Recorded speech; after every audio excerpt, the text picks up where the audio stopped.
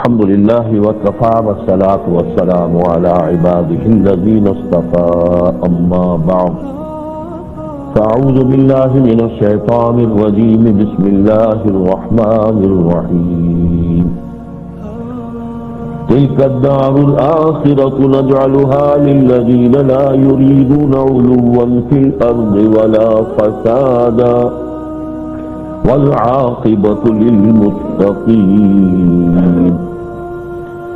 من جاء بالحسنة فله خير منها ومن جاء بالسيئة فلا يجزى الذين عملوا السيئات إلا ما كانوا يعملون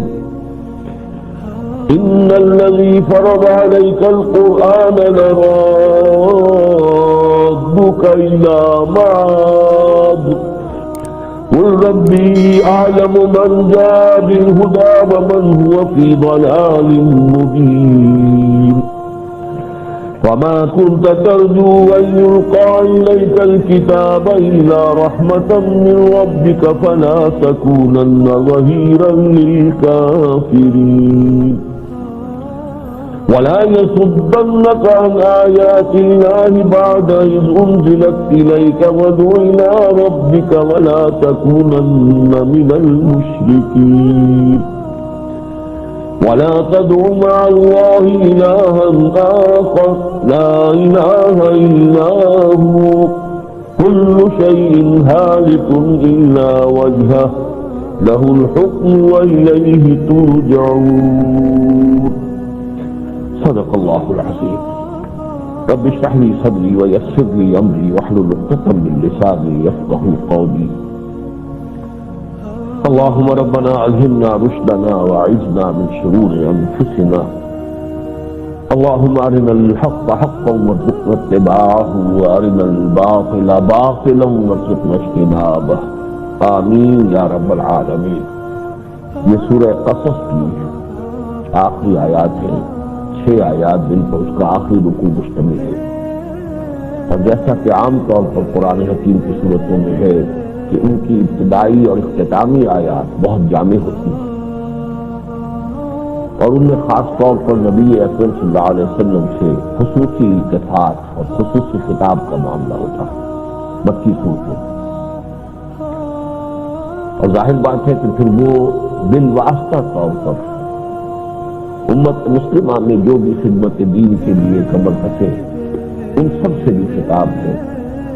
نظریہ خطاب النبی صلی اللہ علیہ وسلم۔ سب سے پہلی آیت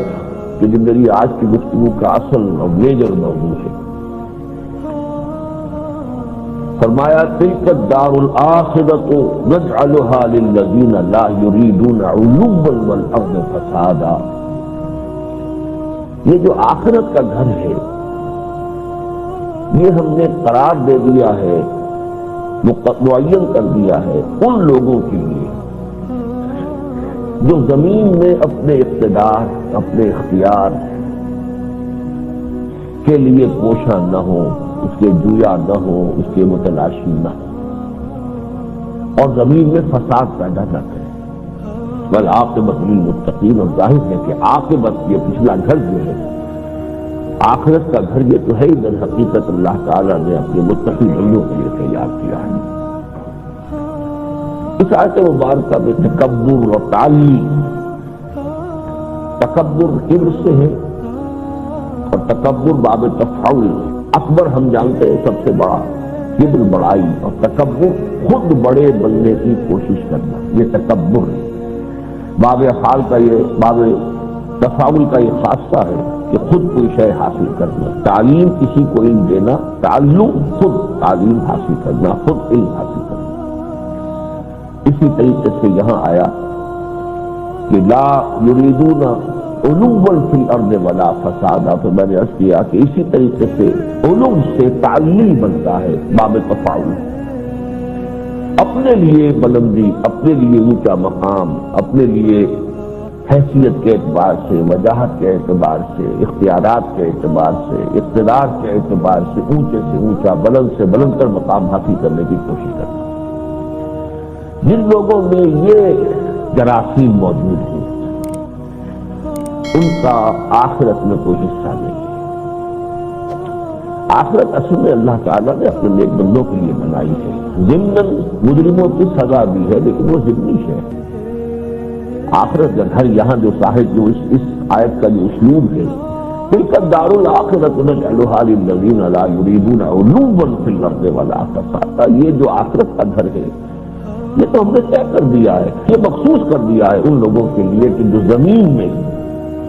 اپنی بلندی اور اپنے اختیارات اور اپنی حیثیت کو بلند سے بلندتر کرنے کی سعی نہیں کرتے، جس کے نتیجے میں فساد برپا ہوتا ہے. فساد اسی کا نام تو ہے کہ جب مختلف لوگ اسی ورق کے اندر مبتلا ہوں، ظاہر بات ہے کہ ان میں ٹکراؤ ہوگا، تصادم ہوگا. اسی ٹکراؤ اور تصادم کی مختلف شکلیں ہیں. ایک شکل وہ ہے جسے قرآن مجید نے بغین فی الارض کے نتیجے میں افتراق قرار دیا. 4 جگہوں پر قرآن مجید میں یہ مضمون آیا کہ جتنے بھی افتراق ہوتے ہیں دنیا میں، کوئی چیزوں کے اندر خلفشار پیدا ہوتا ہے، اداروں میں، جماعتوں میں، ادیان میں، یہ جو افتراق پیدا ہوتا ہے، تفرقہ اور افتراق، اس کا ایک ہی سبب ہے قرآن نے 4 جگہ بیان کیا. سورہ بقرہ میں، سورہ آل عمران میں، سورہ شورى میں، سورہ جاثیہ میں. بغیم بینہم، یہ آپس میں ایک دوسرے کی زدہ، ایک دوسرے پر بالادستی حاصل کرنے کی کوشش کر رہے ہیں. اسی کو جدید جو ماہرین نفسیات ہیں ان میں سے ایڈلر نے قرار دیا ہے کہ یہ انسان کے جو سفلی محرکات ہیں، میں نے یہ لفظ کا اضافہ اپنی طرف سے کیا سفلی کا، لیکن وہ تو اسی کو جانتے ہیں. انسان کے جو حیوانی جو محرکات عمل ہیں انہیں سے یہ لوگ بحث کر سکتے ہیں، اس لیے کہ انسان کا جو روحانی وجود ہے وہ ان کے لیے خارج بحث ہے. اس سے وہ سرے سے اس کے قائل ہی نہیں، تو اس کے بارے میں کیا تحقیق اور تفتیش کریں گے. وہ ایک آنکھ تو انہوں نے بند کر رکھی ہے، وہ ایک آنکھ سے انسان کی حیوانیت کا مطالعہ تو کر سکتے ہیں، اس کے جسم کی ڈسیکشن کر سکتے ہیں، اس کے اعضاء کی تصویر بیان کر سکتے ہیں، مائکروسکوپک بھی اس کی ڈسکرپشن دے سکتے ہیں، سب کچھ کر سکتے ہیں. لیکن اسی طریقے سے نفسیات میں بھی ان کے پلے پڑنے والی چیزیں وہی ہیں کہ انسان کے نفس امارہ یا ایڈیا لیبیڈو کے اندر جو طوفان ابھرتے ہیں، ساروں لوگ سب لوگوں نے انہیں کو اپنا موضوع بنایا ہے. مارکس نے کہا کہ اس معاشی مسئلہ اصل محرک ہے. فرائڈ نے کہا نہیں، جنسی مسئلہ جو ہے وہ سب سے زیادہ طاقتور ہے. ایڈلر کا کہنا یہ نہیں، حب تفوق، دی ارج ٹو ڈومینیٹ، یہ سب سے زیادہ جو ہے انسان کے اندر قوی جذبہ ہے. یہ حب تفوق جو ہے فوقیت حاصل کرنے کی ایک کوشش. تفوق وہی باب تفاعل پھر آ گیا، فوق اوپر کو کہتے، تفوق اپنے لیے فوقیت حاصل کرنا. تو یہ حب تفوق جو ہے یہی گویا کہ در حقیقت انسان کے اہم سفلی محرکات ہے. اب یہ سفلی کا لفظ ہے، میری طرف سے اضافی طور پر سمجھ لیجیے. اور وہی اصل میں پھر سبب بنتا ہے افتراق، انتشار، خلفشار. پھر یہ افتراق، انتشار، خلفشار، یہ باہمی تصادم، ٹکراؤ، اسی کے نتیجے میں فساد پیدا ہوتا ہے. لہذا ان دونوں الفاظ میں بڑا گہرا ربط ہے. تلک الدار الآخرۃ نجعلھا للذین لا یریدون علوا فی الارض ولا فسادا. یہ آخرت کا گھر جو ہے ہم نے یہ طے کر دیا ہے، معین کر دیا ہے وہ لوگوں کے لیے کہ جو زمین میں اپنے لیے تعلی اور تکبر اور تفوق کے جویا نہیں ہے، اس کے لیے اس کے طالب نہیں ہے، جس کے نتیجے میں زمین میں فساد پیدا ہوتا ہے. اس کے برعکس تقویٰ ہے، اللہ تعالیٰ کے سامنے انسان جھکا رہے اور یہ کہ ہر وقت اپنے طرز عمل پر نگاہ رکھے کہ میں صحیح کام کر رہا ہوں یا غلط کر رہا ہوں، کوئی غلط حرکت سرزد نہ ہو، کوئی غلط لفظ زبان سے نہ نکلنے پائے. یہ وہ لوگ ہیں کہ عاقبت در حقیقت انہی کا حصہ ہے. یہ جو متکبرین کا معاملہ آیا ہے تو قرآن مجید میں بار بار آپ نے پڑھا ہوگا. میں نے سورہ زمر کے 2 مقامات نوٹ کیے. الیس فی جہنم مثوی للمتکبرین، کیا متکبرین کا صحیح ٹھکانہ جہنم نہیں؟ اور اسی میں فرمایا آگے چل کے فبئس مثوی المتکبرین، جب اہل جہنم کو جھونک دیا جائے گا جہنم میں تو آخر میں جو سورہ مبارکہ میں مکالمہ درج ہے وہاں آخری بات نہیں ہے فبئس مثوی المتکبرین، بہت برا ٹھکانہ ہے متکبرین کا. اور یہی الفاظ پھر سورہ مومن یا سورہ غافر میں بھی آئے. اس کے ساتھ ہی 3 احادیث بھی میں آپ کو سنانا چاہتا ہوں. حضرت عبداللہ بن مسعود رضی اللہ تعالیٰ عنہ سے مروی ہے کہ حضور نے فرمایا لا يدخل الجنہ من کان فی قلبہ مثقال ذرۃ من کبر. جنت میں داخل نہیں ہو سکتا وہ شخص جس کے دل میں ذرے کے ہم وزن بھی کبر ہے۔ اب ذرہ کسے کہتے ہیں؟ یہ شاید آپ کو اندازہ نہ ہوا ذرہ، اب تو ذرہ جو اور نیچے تقسیم ہوتے ہوتے ایٹم اور پھر پروٹون نہ معلوم کہاں تک چلا گیا ہے، فوٹونز، لیکن ذرے کا لفظ عربی زبان میں کہاں سے آیا ہے؟ یہ جو چیونٹیوں کے انڈے ہوتے ہیں، ان انڈوں سے جو اس کے بچے برآمد ہوتے ہیں، ان کے لیے لفظ کس قدر چھوٹے، اس میں سے وہ چیونٹی خود اس کی کیا بساط، اس کے انڈے میں سے نکلنے والا بچہ، یہ ہے ذرہ۔ تو یہ ذرے کے ہم وزن بھی کبر اگر کسی کے دل میں ہے وہ جنت میں داخل نہیں۔ ایک اور حدیث ہے، اور یہ حدیث جو ہے مسلم شریف میں ہے، اور یہ حدیث قدسی ہے۔ حضرت ابو ہریرہ رضی اللہ تعالیٰ عنہ کے راوی ہیں، حضور فرماتے ہیں قال اللہ عز وجل، اللہ عز وجل فرماتا ہے العز ازاری والکبر ردائی، عزت یہ میرا تہبند ہے، ازار ہے، والکبر ردائی، اور تکبر یہ میری چادر ہے۔ فمن ینازعنی فی واحد منہما فقد عذبتہ، تو جو کوئی ان دونوں میں سے کسی شے کے بارے میں مجھ سے جھگڑا کرے گا، ہم یہ منازعت کسے کہتے ہیں؟ کھینچ تان کو، نزا کھینچ لینا۔ عالم نزا کیا ہوگا؟ جب کہ انسان کی جان فٹ نہیں ہوگی، اسی سے بنا ہے یہ تنازع۔ تنازع کیا ہوتا ہے؟ ایک ادھر کھینچ رہا ہے، ادھر کھینچ رہا ہے، ایک بات کو ادھر لے جا رہا ہے، ایک بات کو ادھر لے جا رہا ہے، ایک کہتا ہے اس کا یہ حق ہے، دوسرا کہتا نہیں یہ حق ہے۔ تو یہاں پر بس ہمیں ینازعنی،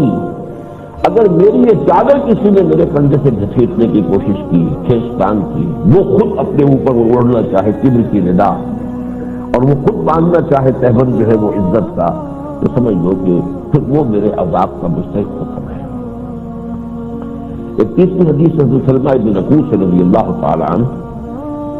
لا یزال الرجل یذهب، حضور نے فرمایا، اور یہ ترمذی شریف کی روایت ہے، یذهب بنفسه حتى یکتب فی الجبارین فیصیبہ ما اصابہ،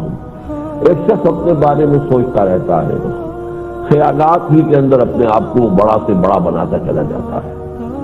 لیکن ہوتے ہوتے پھر یہ جو اس کا خیال ہے یہ اس درجے اس پر مستولی ہو جاتا ہے کہ پھر جبارین میں اس کا نام درج کر دیا جاتا ہے، پھر اس کا حشر بھی وہی ہوگا جو جبارین کا ہوگا۔ یہ آخری حدیث اس اعتبار سے بڑی اہم ہے کہ ایک نفسیاتی حقیقت کی طرف اشارہ کر رہی ہے۔ یہ نفسیاتی روگ ہے، ایک بیماری ہے، ایک مرض ہے، اور اس میں انسان، اور جدید اصطلاح میں اصل میں جدید نفسیات میں بھی اس مرض کا ذکر موجود ہے، میگالومینیا۔ میگالومینیا اسی کو کہتے ہیں، مینیا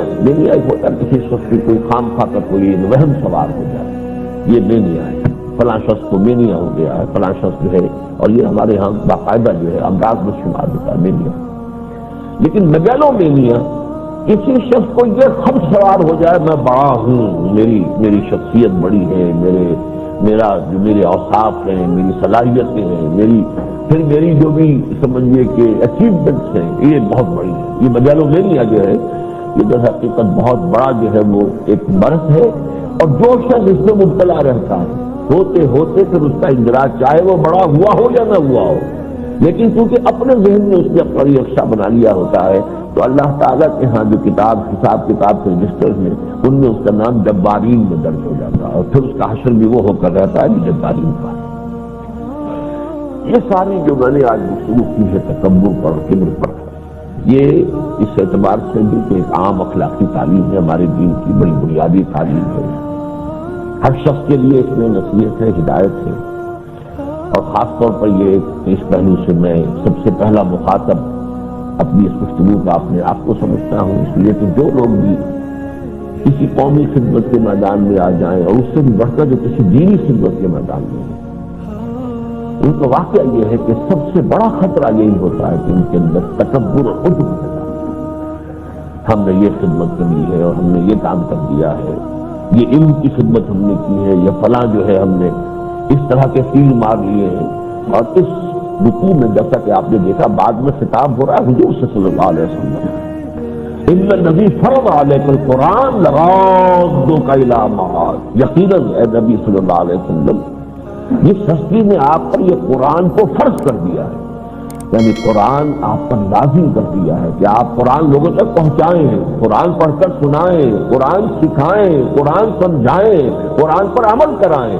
اور قرآن کے نظام کو قائم کریں۔ یہ ساری ذمہ داری جس ہستی نے آپ پر ڈالی ہے، لرازدو کا علامات، وہ یقیناً آپ کو ایک بڑے عظیم انجام تک پہنچائے گا۔ یہ چونکہ، اور میں نے جیسا کہ عرض کیا تھا ابتدا میں کہ یہ خطاب تو حضور سے ہے صلی اللہ علیہ وسلم، لیکن جو بھی اس امت میں کسی بھی دور میں اس سے پہلے کبھی دینی خدمت پر اور خاص طور پر خدمت قرآن پر کمر بستہ ہوا ہو یا آئندہ ہو یا اب ہو رہا ہو، وہ گویا کہ بالواسطہ طور پر وہ بھی مخاطب ہے ان آیات کے۔ اس میں شروع ہی سے یہ بات آ جانا بڑی اہمیت کا حامل ہے کہ تلک الدار الآخرۃ نجعلھا للذین لا یریدون علوا فی الارض ولا فسادا۔ مبادا اس دعوت میں اور اس تحریک میں، اس جد و جہد میں، اس بھاگ دوڑ میں بھی کہیں وہ نفس کی نفسانیت جو ہے کسی چور دروازے سے داخل نہ ہو گئی ہو کہ جس میں اپنے عجب اور اپنے تکبر اور اپنی تعالی کا کوئی پیدا ہوتا ہو۔ اس اعتبار سے یہ آیت بھی اور یہ جو احادیث بھی میں نے آپ کو سنائی ہے، یہ گویا کہ بالعموم ہم میں سے ہر شخص کے لیے اور خاص طور پر جو بھی کسی اعتبار سے نمایاں ہو جائیں ان کے لیے، اور ان میں سے بھی اخص الخواص کے درجے میں جو لوگ کسی دینی خدمت کے اعتبار سے نمایاں ہو جائیں، ان سب کے لیے اس میں بڑی بنیادی ہدایت اور رہنمائی ہے کہ جسے مستحضر رکھنا بہت ضروری ہے۔ لیکن یہ کہ خاص سبب جو ہے آج، تو میں اس حوالے سے عرض کروں گا کہ تاریخ انسانی اس پر شاہد ہے کہ دنیا میں وہ جو علامہ اقبال نے کہا ہے کہ اسکندر و چنگیز کے ہاتھوں سے جہاں میں 100 بار ہوئی حضرت انسان کی خبا چاہ۔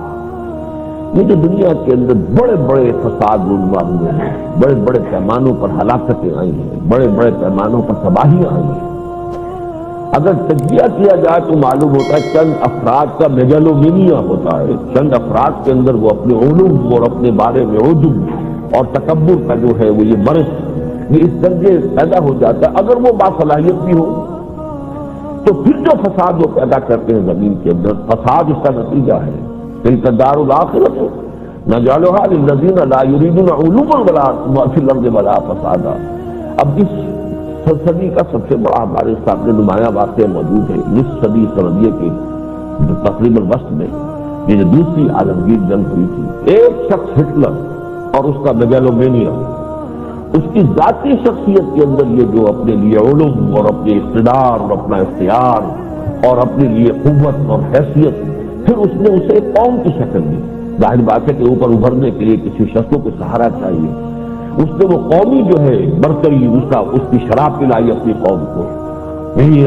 سپیریئر ریس، جرمن ریس جو ہے دنیا کے اندر یہ بڑی اعلیٰ نسل کے لوگ ہیں، ہم بڑی اعلیٰ قوم ہیں، یہ سپیریئر ریس، اور اس کے حوالے سے ایک پوری قوم کو جو ہے کتنے بڑے فساد کا ایک آلہ بنا دیا، جس سے کہ آپ کو معلوم ہے کہ یورپ جو تحس نحس کر رہے ہیں، تحس نحس کر رہے ہیں۔ یہ تو اس کے بعد سے پالیسی ایسی بدلی ہے ویسٹ کی کہ اب جو بھی کنفرنٹیشن ہوگا وہ یورپ میں نہیں ہوگا، وہ ہوگا اس لیے کہ تحس نحس ہو جاتا ہے۔ ملک ہاتھیوں کی لڑائی ہو رہی ہو یا سانڈوں کی لڑائی ہو رہی ہو تو وہ کھیت جو ہے اس کی فصل کا کیا بنتا ہے وہ تو سب کو معلوم ہے، وہ تو کچھ نہیں جائے گی، مسنی جائے گی، تباہ و برباد ہو جائے گی، تو وہ ملک تو تباہ و برباد ہی ہے۔ لیکن یہ کہ اب جو جنگ آئی ہے وہ مڈل ایسٹ میں آئی ہے، یہ بہت عرصے سے کہا جا رہا ہے تیسری عالمگیر جنگ، اس کا میدان بنے گا مڈل ایسٹ۔ وہ جنگ چاہے اس کے پیچھے مہریں وہی ہوں گی، قوتیں وہی ہوں گی، باہر آپس میں ٹکراریں ہوں گی، لیکن یہ کہ اس کا میدان جنگ جو ہے وہ مڈل ایسٹ ہے۔ لیکن میں صرف عرض یہ کر رہا تھا کہ ایک ہٹلر کی میگالومینیا نے اور اس کے اندر جو یہ خود پرستی اور اس کا جو ایک جذبہ پیدا ہوا، اس نے اسی علوا فی الارض ولا فسادا جو اپنی شخصیت کے اندر تھی اسے ایک قوم کے اندر انفیوز کیا، اس کو اس کا نفوذ اتنا ہو گیا کہ پوری قوم اس نشے کے اندر مبتلا ہو گئی، اور پھر یہ اس کے نتیجے میں یورپ کا تو تحس نحس ہونا معاملہ ہی سب کو معلوم ہے، لیکن اس کے ساتھ ہی یہ فار ایسٹ کا معاملہ جب جاپان بھی اس کے ساتھ اس کی ادائی کی حیثیت سے کھڑا ہو گیا تو کتنی بڑی تباہی دنیا میں آئی۔ میں یہ محسوس کر رہا ہوں کہ ہمارا جو موجودہ حکمران خاندان ہے اس کے اندر بھی اس مرض کے جراثیم ہیں جو پروان چڑھ رہے ہیں، ذاتی اقتدار، ذاتی اختیار، اپنی قوت کو بڑھاتے چلے جانے کا، کوئی انا ولا غیری، کوئی مقابلے میں ہمارے نہ آئے، کوئی سر اٹھا کر چلی ہے رسم کے کوئی نہ سر اٹھا کے چلے، کوئی بات نہ کر سکے، یہ رجحان نہایت خطرناک ہے۔ اشخاص کے لیے تو ہے ہی، اس لیے کہ پھر ان کے لیے آخرت میں کوئی حصہ نہیں۔ تلک الدار الآخرۃ نجعلھا للذین لا یریدون علوا فی الارض ولا فسادا۔ لیکن یہ کہ اس کے حوالے سے کہ قوم اور ملک اور اس کا مستقبل داؤ پر ڈلتا ہے۔ اب دیکھیے ان کے جو قدم میں نے پہلے بھی بیان کیے، آتے ہی 13ویں ترمیم آئی اور وہ ایک حد تک جائز تھی کہ واقعتاً جب آپ پارلیمانی نظام کو سیدھے سے لگائے ہوئے ہیں تو پارلیمانی نظام کے اندر جو ہیڈ آف دی اسٹیٹ ہوتا ہے اسے درش نہیں ہوتا، اس کی کوئی حیثیت نہیں ہوتی۔ جیسے کہ ملکہ انگلستان جو ہے اس کی اب کیا حیثیت ہے؟ میں تو کہا کرتا ہوں کہ بکنگھم پیلس جو ہے وہ ہیومن زو ہے، اس کے سوا کوئی حیثیت نہیں۔ اسی طریقے سے جہاں کی صدارت میں ہوگی اسی معنی میں کچھ تقریبات ہوں، اس کی صدارت کر لے، کہنے کو جو فوج جو ہے وہ اس کے براہ راست جو ہے اس کے تابع ہوتی ہے، لیکن اصل جو اختیار ہوتا ہے حکومت کے چلانے کا وہ دراصل وزیر اعظم کا ہے۔ اس پہلو سے جو عدم توازن جو ہے 8ویں ترمیم نے پیدا کر دیا تھا، تو ضیاء الحق صاحب نے معاملہ کیا تھا اور وہ شاید اپنے بارے میں ابھی کافی امید تھے کہ کافی طویل عرصے تک وہ صدر رہ سکیں گے، تو انہوں نے وہ اصل صورت کا پتہ اپنے ہاتھ میں رکھ لیا تھا۔ لیکن 13ویں ترمیم کی حد تک میں سمجھتا ہوں کہ ان کا اقدام جو ہے جائز تھا۔ 14ویں ترمیم میں آ کر اس کا بھی ایک حصہ بہت جائز تھا، بہت عمدہ تھا، بہت صحیح تھا، اور اسی کے حوالے سے قوم نے اسے کسی درجے کو خوش آمدید بھی کہا، یعنی جو نوٹا کریسی تھی اس کا خاتمہ۔ یہ بات صحیح ہے کہ جو شخص جس پارٹی کے ٹکٹ پر الیکشن لڑ کر آئے، اگر اس پارٹی سے اسے اختلاف ہو گیا ہے تو اسے اپنی سیٹ چھوڑ دینی چاہیے۔ پارٹی کو چھوڑتا تو سیٹ سے بھی اس کو یقیناً محروم ہو جانا چاہیے، اس لیے کہ وہ اس پارٹی کے ٹکٹ پر اس کے مینیفیسٹو کی بنیاد پر اس نے الیکشن لڑا ہے، لوگ اسے ووٹ حاصل کیے۔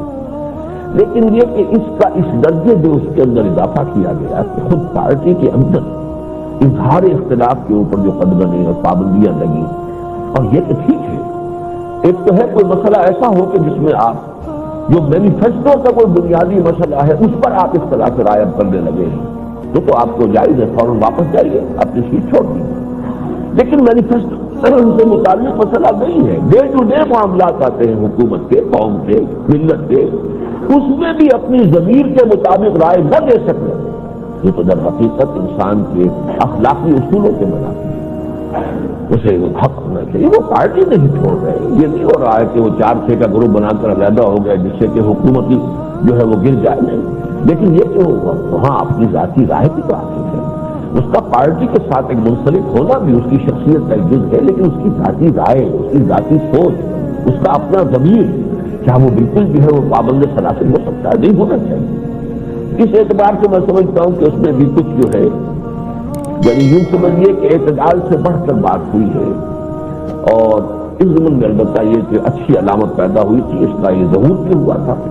کہ 15ویں ترمیم کا جو اوریجنل مسودہ تھا اس پر خورشید محمود قصوری صاحب نے جو طرز عمل اختیار کیا تھا، اس پر یہ کہ پارٹی کی جو پارلیمانی میٹنگ تھی اس میں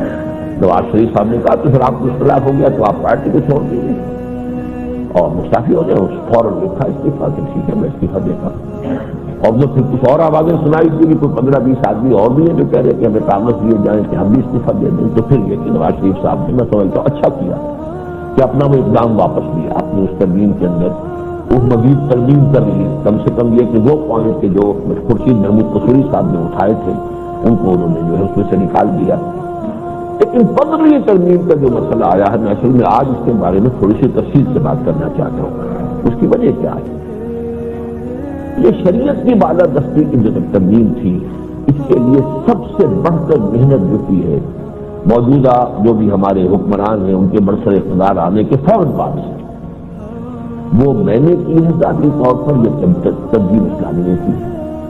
اس کے لیے تحریک چلائی، اس کے لیے سیمینار کیے، اس کے لیے جلوس نکالے، اس کے لیے لیٹرز کی مہم چلائی وغیرہ وغیرہ، اور اس کے نتیجے میں ہم نے سفارشات دی کہ یہ چیزیں۔ اس کے علاوہ بعد میں مجھے معلوم ہوا، اس وقت تک میرے علم میں نہیں تھی یہ بات، کہ خود نواز شریف صاحب کا جو پہلا دور تھا وزارت عظمیٰ کا، اس کے دوران جب کچھ عرصے کے لیے مولانا عبدالستار نیازی صاحب رہے تھے ان کے وزیر امور مذہبی، تو انہوں نے بھی کچھ سفارشات پیش کی تھی، بڑی کمیٹی بنی تھی، اس کمیٹی کے اندر ججز تھے، اس کمیٹی کے اندر مختلف پارٹیوں کے نمائندے تھے، سب نے دستور میں اسلامائزیشن کے لیے کچھ اقدامات تجویز کیے تھے کہ یہ کام ہونے چاہیے، اور حیرت انگیز مشابہت تھی جو کمیٹی تھی اس کی سفارشات تھی اور ان میں جو ہم نے پیش کی، لیکن بہت انتظار کے بعد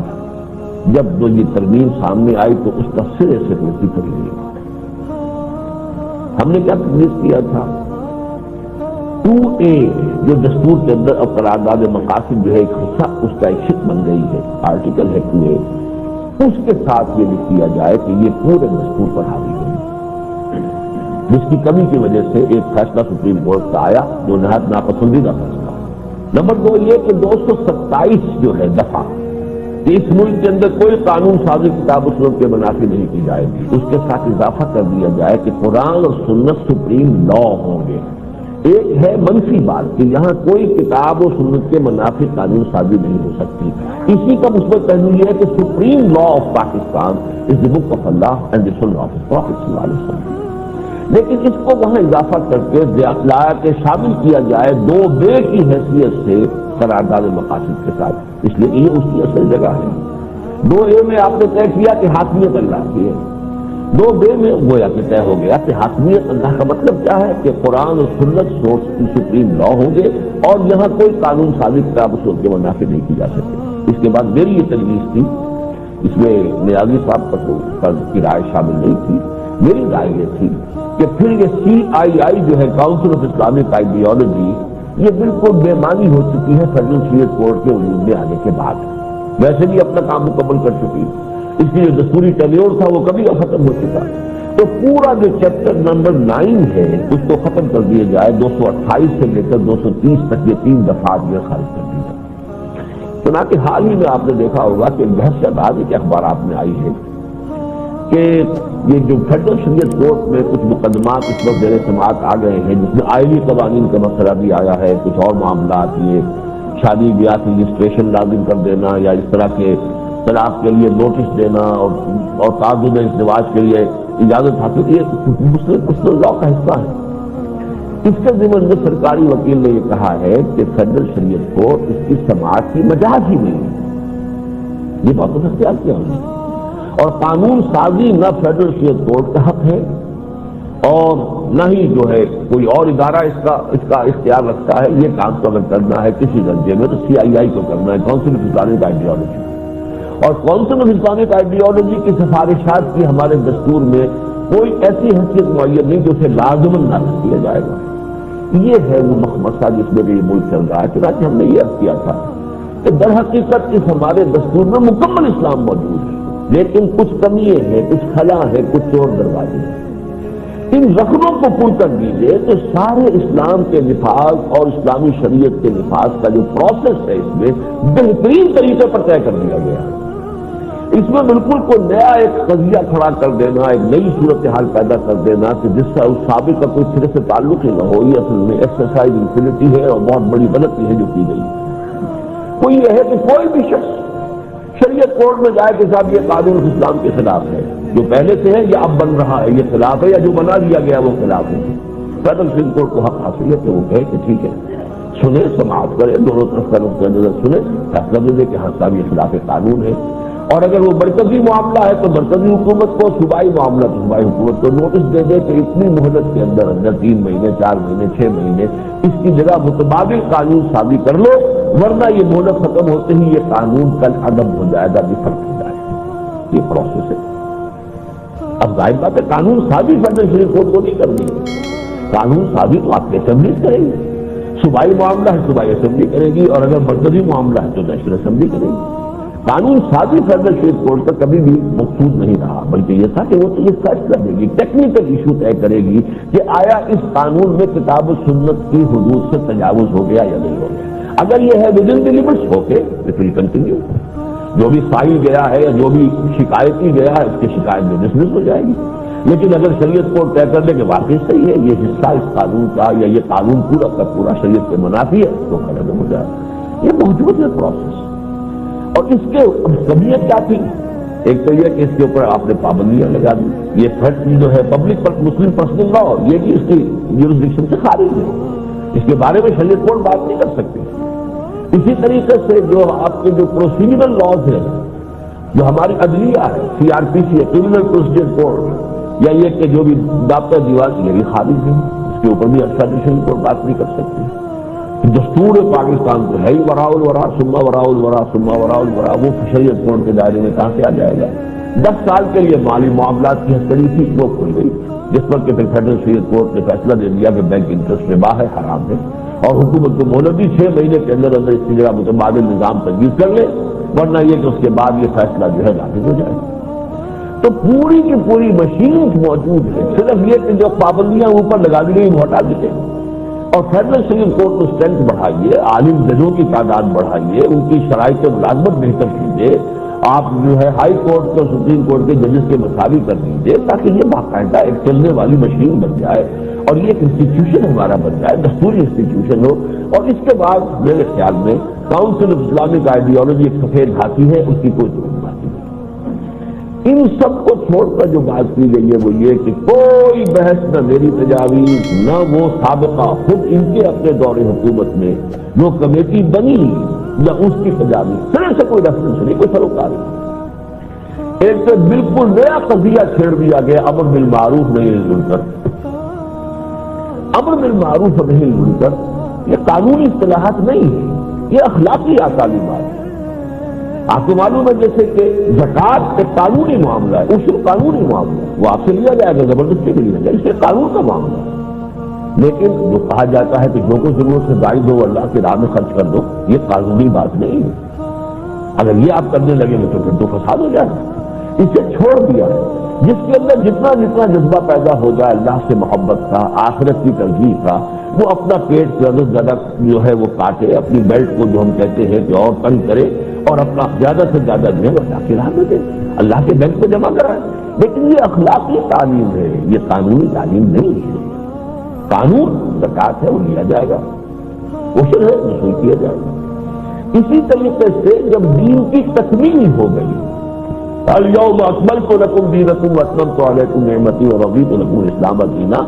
اب قانونی اور دستوری سطح پر تو چیزیں معین ہو گئی. الحلال بین والحرام بین، یہ حلال بھی بالکل بین ہے اور یہ حرام بھی بالکل بین ہے. وبینہما مشتبہات، ہاں اس کے درمیان میں کچھ گریڈز ہیں. مثلاً یہ کہ حلال کی طرف سے اگر آپ چلیں گے تو حلال سے ذرا کم تر بین جو حلال ہے، بین حلال، اس سے کم تر درجے میں آپ کو مباح نظر آئے گا. وہ شے جس کی حرمت ثابت نہیں، وہ مباح ہے، بلکہ اس سے بھی قریب تر ہوگا مستحب، جو چیز پسندیدہ ہے، اگرچہ وہ آپ پر فرض نہیں کی گئی، لازم نہیں کی گئی. پھر یہ ہے کہ صرف مکروہ آ جائے گا، مکروہ تنزیہی، مکروہ تحریمی، پھر حرام. یہ قانون جو ہے مرتب ہو چکا، مکمل ہو چکا. الیوم اکملت لکم دینکم واتممت علیکم نعمتی ورضیت لکم الاسلام دینا. جو معروف ہے اس کی شکل بھی شریعت نے معین کر دی ہے، اور جو المنکر ہے اس کی شریعت بھی، ان کی شکل بھی معین ہے. قانون اور دستور کی سطح پر تو اس کی تنفیذ کا مسئلہ ہوگا. باقی اخلاقی تعلیمات ہیں، اپنی جگہ پر ہے، اس کو جتنا بھی فروغ دیا جا سکے. ہر انسانی گھر کے ماحول میں بھی ہر فرد جو ہے گھر کا وہ یہ سمجھے کہ اس گھر کی 4 دیواری کے اندر ہم میں سب اس کا فرض ہے کہ ذرا سی بھی برائی کو سر اٹھاتے دیکھیں تو دبائیں اس کو، اور خیر کا پرچار کریں، اسے پروان چاہیں. محلے والے یہ سمجھے کہ ہمارا فرض ہے کہ ہم اپنے اپنے محلے کی فضا کے اندر برائیوں کو دبائیں، بھلائیوں کو فروغ دیں. اسی طریقے سے یہ ہوتے ہوتے پورے معاشرے کی سطح پر آ جائے گا. جس آیت کے حوالے سے وہ گفتگو کر رہے ہیں وہ آیت اصل میں حضور کے مینیفیسٹو کی حیثیت رکھتی تھی صلی اللہ علیہ وسلم. وہ آیت نازل ہوئی ہے جبکہ حضور جا رہے تھے مکے سے مدینے کی طرف سفر ہجرت پر تھے. دوران سفر ہجرت وہ آیت نازل ہوئی ہے، الذین ان مکناہم فی الارض اقاموا الصلاۃ وآتوا الزکاۃ وامروا بالمعروف ونہوا عن المنکر. وہ لوگ کہ جنہیں جب ہم زمین میں تمکن عطا کرتے ہیں، غلبہ اور اقتدار دیتے ہیں، تو وہ نماز قائم کرتے ہیں، زکوٰۃ دیتے ہیں، زکوٰۃ کا نظام قائم کرتے ہیں، اور نیکی کا حکم دیتے ہیں، بدی سے روکتے ہیں. یہ وہ اس وقت تک ابھی احکام آئے نہیں. اصل میں یہی معروف ہے کہ جس کے لیے احکام آنے شروع ہوئے، یہی منکر ہے جس کی حرمت کے لیے احکام شروع ہوئے. یہ پورا عمل جو ہے جب وہ الیوم اکملت لکم دینکم واتممت علیکم نعمتی ورضیت لکم الاسلام دینا، وہاں جا کر مکمل ہو گیا. تو دستور اور قانون کی سطح پر یہ بالکل بے محل اور لا تعلق ہے یہ موضوع چھیڑ دینا کہ امر بالمعروف اور نہی عن المنکر کا معاملہ جو ہے اس میں یہ کہ یہ جو طے شدہ ہمارے ہاں نظام ہے شریعت کا اور جو بھی ہمارے دستور میں طے ہے اس کے تحت اس کی تنفیذ کے عمل کو جاری رہنا چاہیے، جیسا کہ میں نے عرض کیا ہے۔ اس میں ایک اور پہلو یہ نکلا کہ امر بالمعروف اور نہی عن المنکر کے ضمن میں پورا اختیار، اگر کہ لفظ تو یہاں پر obligation ہے، the federal government shall be under an obligation to take steps to enforce the Sharia، لیکن یہ کہ یہاں پر فیڈرل گورنمنٹ کا لا کر معاملہ کان کھڑے کر دیے گئے صوبائی حکومتوں کی، اور چونکہ پہلے سے ایک ملک کا پس منظر ہے، صوبوں کے معاملات صوبائی خود مختاری یا اختیاری اٹانومی، اس کی بحث ہمارے یہاں چلی آ رہی ہے۔ سن 73 میں جو معاملہ طے ہوا تھا کچھ لوگوں نے ریزرویشن اس کو قبول کیا تھا، اور اس کے بعد بھی معتدل مواقع پر چاہے وہ صوبہ سرحد ہو، صوبہ سندھ ہو، صوبہ بلوچستان ہو، ان کی طرف سے ریزرویشن آئی ہیں۔ یہ بحث چل رہی تھی، اس میں کوئی ابھی یوں نہیں سمجھے کہ کوئی بڑی کریٹیکل فگر اختیار نہیں کی تھی۔ اچانک یہ لفظ لا کر دستور میں انہوں نے محسوس کیا کہ تو فیڈرل حکومت جو ہے در حقیقت فیڈرل گورنمنٹ یہ اپنے آپ کو قوی کر رہی ہے اور اختیار مطلق جو اپنے ہاتھ میں لے رہی ہے۔ حالانکہ اگر تو شریعت کا مسئلہ ہے تو وہ تو کوئی کسی حکومت کا مسئلہ نہیں، فیڈرل کا یا صوبائی کا، وہ ریاست کا فنکشن ہے۔ اور یہ بھی میں آپ سے عرض کر دوں کہ ریاست کے فنکشن کے ضمن میں یہ چیزیں پہلے سے طے ہیں۔ ہمارے دستور کے بالکل ابتدائی حصے میں پرنسپلز آف پالیسی میں جو دفعہ 31 ہے اس میں یہ سب چیزیں طے ہیں۔ ریاست کا فرض ہے کہ وہ مسلمانوں کو اسلامی زندگی گزارنے کے قابل بنائے، ان کے لیے فروغ ہو ان چیزوں کا جس سے کہ وہ اسلامی زندگی کو اختیار کر سکے، تو یہ ریاست کے فرائض میں سے ہے۔ یہاں پر فیڈرل گورنمنٹ کے اختیار کی حیثیت سے لا کر اب وہ جو لوگ کے صوبائیت کے علمبردار ہیں یا پرچارک ہیں انہیں گویا کہ ایک ہتھیار فراہم کر دیا کہ انہیں یہ کہنے کا موقع ملا کہ در حقیقت اس کے پردے میں یہ جو وفاقی حکومت ہے یہ اپنے تسلط کو مزید بڑھانا چاہتی ہے۔ اور اسی میں جو آخری چوتھا اس کا سب سیکشن ہے، The provisions of this article shall have effect notwithstanding anything contained in the constitution, any law or judgment of any court۔ اب اس کے بارے میں بھی میری رائے یہ ہے کہ یہ بالکل صحیح ہے، لیکن کہاں ہونا چاہیے؟ یہ جیسا کہ میں نے عرض کیا، یا تو قرارداد مقاصد کے ساتھ اس کو ایڈ کیا جائے، اور یا یہ کہ دفعہ 2 جو میں نے تجویز کی ہے کتاب و سنت کی سپریمیسی، لیکن اس کے لیے جو دفعہ 227 اس وقت موجود ہے اس کو شامل کر کے وہاں یہ الفاظ آنے چاہیے، اور اس کے بغیر واقعتاً دستور جو ہے وہ اس کی تنفیذی حیثیت اس دفعہ کی موجود نہیں ہوگی۔ لیکن اسے اس میں لا کر امکان پیدا کر دیا گیا، اس لیے کہ میری جن لوگوں سے گفتگو ہوئی میں نے چونکہ اس کی ایک انٹرپریٹیشن خود کی، اور اسی کے حوالے سے آپ کو یاد ہوگا کہ میں نے یہاں تقریر کی تھی کہ اب جو تنظیم شدہ جو ہے یہ صورت اس ٹیکس بل کی اس میں کوئی قباحت نہیں رہی۔ میں نے اشتہار شائع کیا، ہزاروں روپے اس کو خرچ کیے تنظیم کی، تمام سینیٹرز کو اپیل کی کہ اس کو تسلیم کریں، اس کے حق میں تائید کریں، تو میں ملا بھی ہوں جا کر۔ لیکن جب مسلم لیگ ہوئی تو خود مسلم لیگ کے بھی بعض لوگوں نے کہ جو ماہرین قانون نے کہا کہ بات تو یہی صحیح ہے جو آپ نے سمجھی ہے، اور یہی بات مجھے ابھی انجینئر سلیم اللہ خان صاحب بھی آئے تھے، انہوں نے بھی بڑے پرزور انداز میں اس کی وکالت کی کہ یہ تو در حقیقت اس اصل دفعہ کے لیے ہے کہ یہاں قرآن و سنت کی بالادستی ہوگی اس کے ساتھ ہے۔ لیکن یہ کہ ان کا کہنا یہ ہے مخالفین کا کہ ٹھیک ہے لیکن کسی بھی شخص کے لیے موقع رہے گا کہ وہ اس دفعہ کو سیکشن نمبر 4 ہے اس کا، اسے وہ اس سیکشن نمبر 2 کے ساتھ جوڑ دے کہ فیڈرل حکومت جو اقدامات بھی کرے گی وہ اقدامات ہر عدلیہ سے، ہر کانسٹیٹیوشن سے، ہر اس چیز سے بالا تر ہوں گے، کوئی کسی کے تحت جو ہے ان سے چیلنج نہیں کیا جا سکے گا۔ یہ 2 دفعات ایسی ہیں جسوں نے کہ اس بل کو متنازع بنا دیا، اور یہ بہت بڑی بدقسمتی کی بات ہے کہ یہ یا مسئلہ نہ اٹھتا ابھی جیسے کہ نہیں اٹھا تھا تو بات اور تھی۔ شریعت کی بالا دستی کے عنوان سے ایک بل لایا جائے اور پھر وہ متنازع ہو جائے اس ملک کے اندر، جو اسلام کے نام پر بنایا گیا، جس کا واقعہ یہ کہ جواز کوئی نہیں بغیر اسلام کے، جس کے وجود اور جس کی بقا اور جس کا استحکام کلیتاً اسلام کے ساتھ وابستہ ہے، اس نے اس کو متنازع بنایا ہے۔ لیکن متنازع بنانے والے کے اقدامات ہیں، ایک تو امر بالمعروف نہی عن المنکر کی بحث ایک نیا قضیہ چھیڑ دیا گیا۔ اب اس کی پوری ڈیفینیشن کیجیے، معروف کسے کہتے ہیں، منکر کسے کہتے ہیں۔ جیسا کہ میں نے عرض کیا یہ قانونی اصطلاحات ہے ہی نہیں، قانونی اصطلاحات ہے حرام، یہ مکروہ ہے تحریمی، یہ مکروہ ہے تنزیہی، یہ مباح ہے، یہ مستحب ہے، یہ مسنون ہے، یہ واجب، یہ قانونی اصطلاحات ہے۔ ہمارے فقہا نے، علماء نے معلوم کتنی کتنی محنتیں صرف کی ہیں، کتاب و سنت کی تمام تعلیمات کو جب قانون کا جامہ پہنایا ہے تو وہ شکلیں ہمارے پاس مدمر صورت میں موجود ہیں۔ اس قانون کی حیثیت سے یہ امر بالمعروف نہی عن المنکر کا ذکر بالکل نئی بحث چھیڑ کر ہوا کیسے ہے؟ ظاہر بات ہے کہ کوئی خوشامدی ٹولہ ہے آس پاس ان کے، جس نے اپنے اور نمبر بنانے کے لیے جو ہے یہ راستہ انہیں دکھایا ہے۔ لیکن میں یہ پھر بھی عرض کروں گا کہ کوئی بھی خوشامدی ٹولہ اگرچہ ہوتا ہے یہ کہ صاحب اقتدار لوگوں کے گرد ایسے لوگ جمع ہو جاتے ہیں، لیکن یہ ہے کہ اس کا بھی الزام پھر آتا ہے فائنل انالیسس، آخری تجزیے سے کچھ شخص پر، اس لیے کہ ایسے لوگوں کا اس کے گرد جمع ہونا اس کی شخصیت کی کسی کمزوری کی علامت ہے۔ وہ خوشامد پسند ہے، وہ چاہتا ہے کہ لوگ جو ہے بس اس کی ہاں میں ہاں ملائے اور اس کی بات جو ہے اس کی جے بولتے رہیں، تبھی یہ ہے کہ وہ لوگ قریب سے قریب تر ہو جاتے ہیں، اور جن لوگوں کے اندر ذرا بھی مادہ ہو صحیح بات کہنے کا وہ پھر پیچھے ہٹنے شروع ہو جاتے ہیں، دور ہو جاتے ہیں۔ یہ صورتحال ہے۔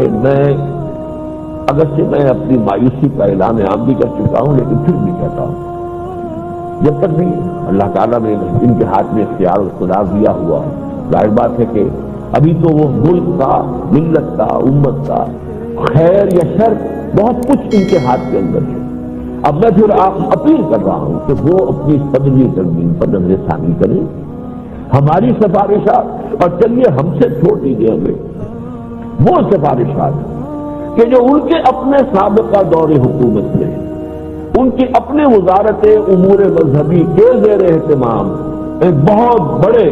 اور بہت ہی یہ سمجھیے کہ جس میں کہ تمام فرقوں کی بھی نمائندگی کی، ان کے بڑے بڑے لوگ اس میں شامل تھے، انہوں نے جو سفارشات پیش کی ان کو سامنے رکھے، دستور میں ترمیم کریں ان کی روشنی کے اندر، اور ایک لفظ کا اضافہ صرف کرنا تھا جس کے لیے آپ نے اس کا لمبا چوڑا جو ہے وہ ایک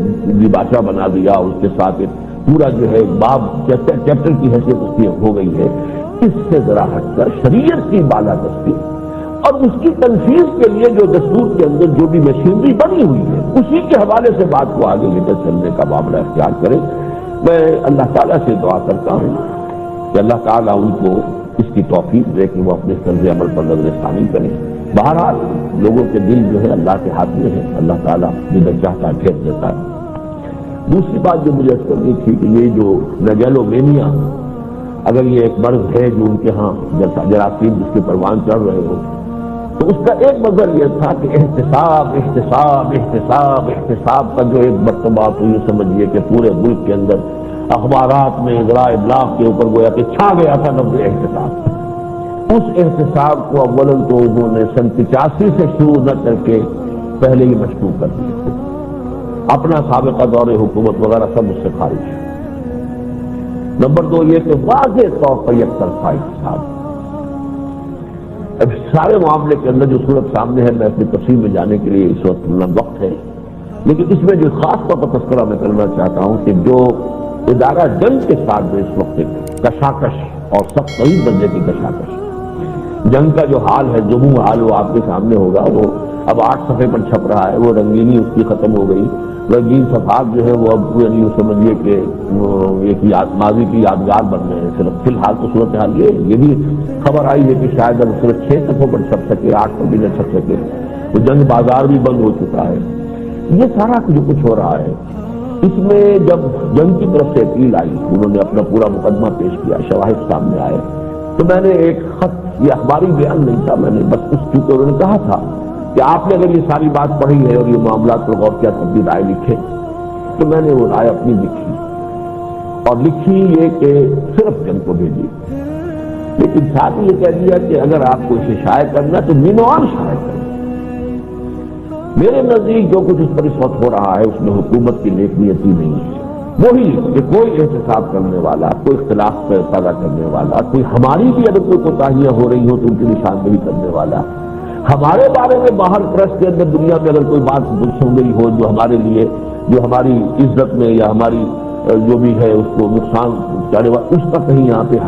تذکرہ کرنے والا وہ موجود نہ رہے، اور اسی کے لیے دباؤ اس کے ثبوت دے دیے۔ اب تو حال یہ ہے کہ کیسٹ سنا دیا ہے رات کل جو ان کی ہوئی ہے پریس کانفرنس شکیل الرحمان کی، جس میں سیف الرحمان صاحب کے ڈائلاگ موجود، ان کی طرف سے چیلنج آیا کہ فیصل تفصیل میں آ کر یہ حلف اٹھا دو تو ہم سارے اپنا معاملہ جو ہے آپ کے حوالے کر دیں، نہیں وہ جانے کو تیار ہوئے۔ جزوی طور پر مان بھی لیا ہم نے، ہاں یہ بھی کہا تھا، یہ بھی کہا تھا، یہ بھی کہا، ہاں یہ بھی کہا تھا کہ آپ 14 صحافی جو ہے یہاں سے اپنے ہاں سے نکال دیں، صرف اس کی ترمیم کی، اس کا انہوں نے ثبوت کیسے پیش کر دیا، چیلنج کیا ہے کہ اگر ہمت ہے تو ہماری کیسٹ جو ٹیلی ویژن کے اوپر یا ریڈیو کے اوپر سنوا لیا جائے پوری قوم۔ یہ صورتحال واقع میرا خیال، میرا جو موقف ہے وہ تو اب کی وقت نہیں ہے،